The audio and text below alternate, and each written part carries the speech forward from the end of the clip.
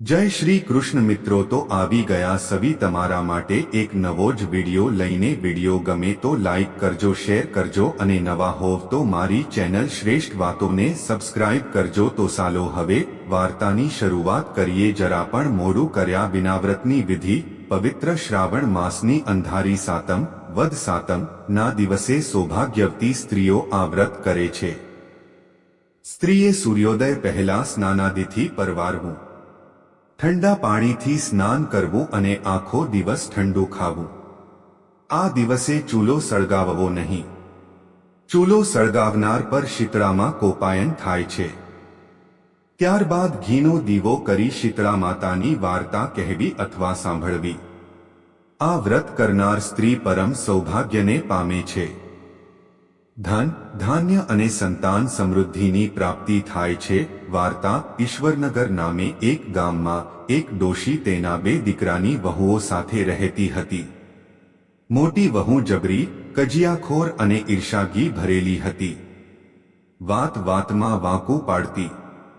જ્યારે નાની વહુ ઘણી ભલી, ભોળી અને પારકાના દુઃખે દુઃખી થનારી હતી. પવિત્ર શ્રાવણ માસ આવ્યો. રાંધણહઠના દિવસે નાની વહુ રસોડે રાંધવા બેઠી અને રાત સુધી રાંધતી રહી. પછી ચૂલો ઠારવાનો વિચાર કરતી હતી. ત્યાં પારણે પોઢેલો એનો નાનો છોકરો રડવા લાગ્યો. તેથી સાતે કામ પડતા મૂકી અને નાની વહુએ છોકરાને ખોળે લીધો. જરા આડા પડખે થઈ.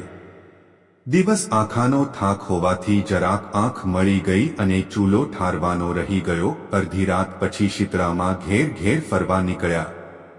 ફરતા ફરતા નાની વહુના ઘેર આવ્યા અને ચૂલામાં આળોટવા લાગ્યા. ત્યાં તો શરીરે ઠંડક વળવાના બદલે કાળી લાય લાગી અને શીતળામાં દાઝી ગયા.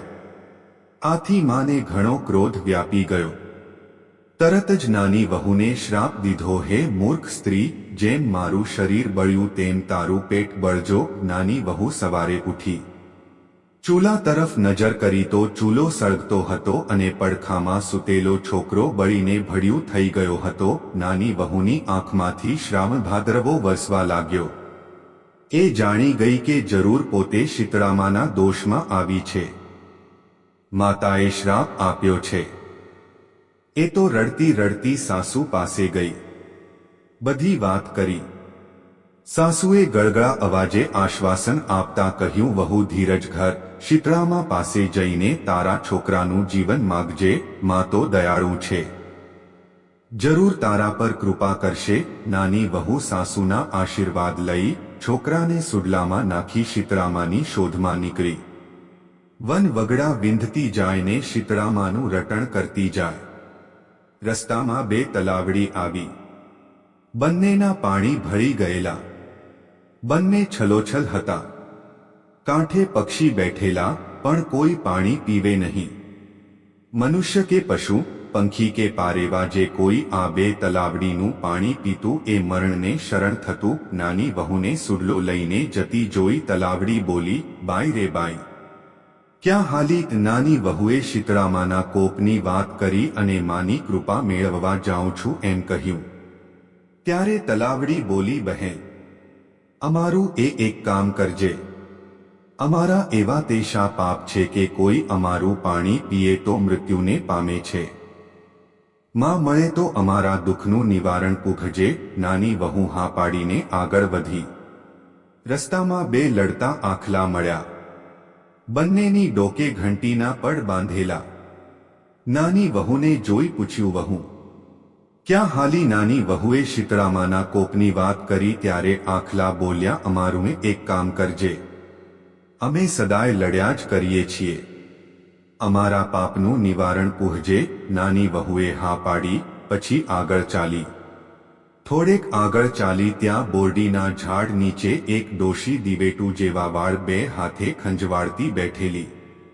વહુને જોઈ ડોશી બોલી, બાઈ રે બાઈ, આમ હાંફળી ફાંફળી ક્યાં હાલી? વહુએ શીતળામાના કોપની વાત કરી.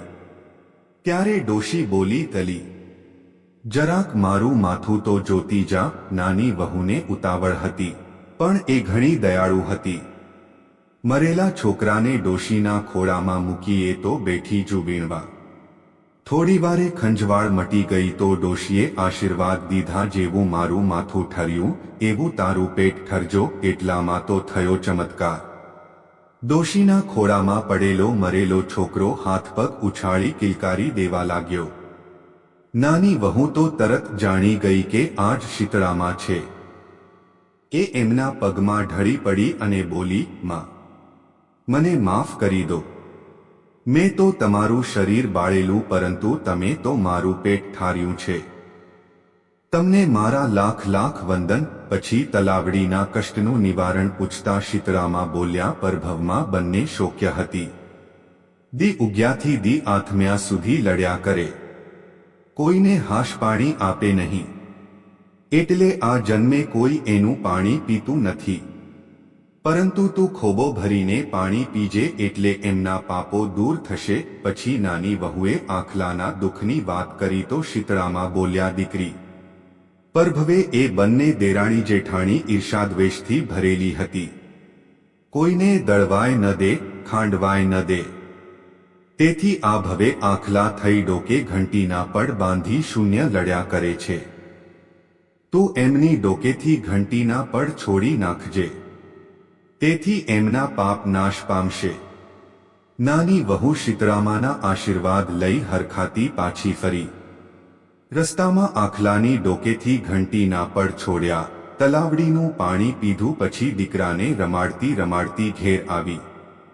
સાસુ તો છોકરાને જીવતો જોઈ રાજીના રેડ થઈ ગયા, પણ જેઠાણીના કાળજામાં કાળી બળતરા થઈ. એમ કરતા ફરી શ્રાવણ માસ આવ્યો. જેઠાણીને દેરાણીની જેમ શીતળામાના દર્શનની ઈચ્છા થઈ. રાંગણ કે ચૂલે બેઠી અને રાતે ચૂલો ઠાર્યા વગર જ સૂઈ ગઈ. રાતે શીતળામાં ચૂલામાં આળોટવા આવ્યા. શરીર દાઝ્યું. તેથી શ્રાપ દીધો અને જેઠાણીનો દીકરો ભડથું થઈ ગયો. સવારે દીકરાને મરેલો જોઈ જેઠાણી વિલાપ કરવાના બદલે ખુશ થઈ અને મરેલા દીકરાને સુડલે નાખી શીતળામાને ગોતવા નીકળી. રસ્તામાં બે તલાવડીએ એને ઊભી રાખી પૂછ્યું, બાઈ રે બાઈ, ક્યાં હાલી? તો જેઠાણીએ નાકનું તેરવું ચઢાવતા કહ્યું, તમારે શી પંચાત દેખાતું નથી? મારો દીકરો મરી ગયો છે, તેથી શીતળામાને ગોતવા જાઉં છું. અમારું કામ કરીશ? તલાવડીએ પૂછ્યું. તો જેઠાણી એદશ શેરિયું ડોકું ધૂણાવી ચાલતી પકડી. આગળ જતા આખલા મળ્યા. એને નનનો સંભળાવી દીધો. આગળ જતા બોરડીના ઝાડ નીચે ચિત્રેહાલવાળી એક ડોશી મળી. ડોશીએ માથું જોઈ દેવાનું કહ્યું તો જેઠાણી કાળઝાળ થઈ જતા બોલી, એ ડોશલી, હું કાંઈ તારા જેવી નવરી નથી તે તારું માથું જોવા બેસું. હું તો જાઉં છું શીતળામા પાસે. જેઠાણી તો હકો કરીને હાલી નીકળી. સવારથી સાંજ સુધી વગડામાં ભટકી, જંગલના ઝાડે કાંઠે ફરી વળી, પણ ક્યાંય શીતળામા ન દેખાયા. એટલે મરેલા છોકરાને લઈ છાતી કૂદતી ઘેર પાછી આવી. હે શીતળામા, જેવા દેરાણીને ફળ્યા એવા સૌને ફળજો. જય શીતળામા. મિત્રો, વિડિયો ગમ્યો હોય તો લાઈક કરજો, શેર કરજો અને નવા હોય તો મારી ચેનલને સબસ્ક્રાઇબ કરી દેજો. આભાર.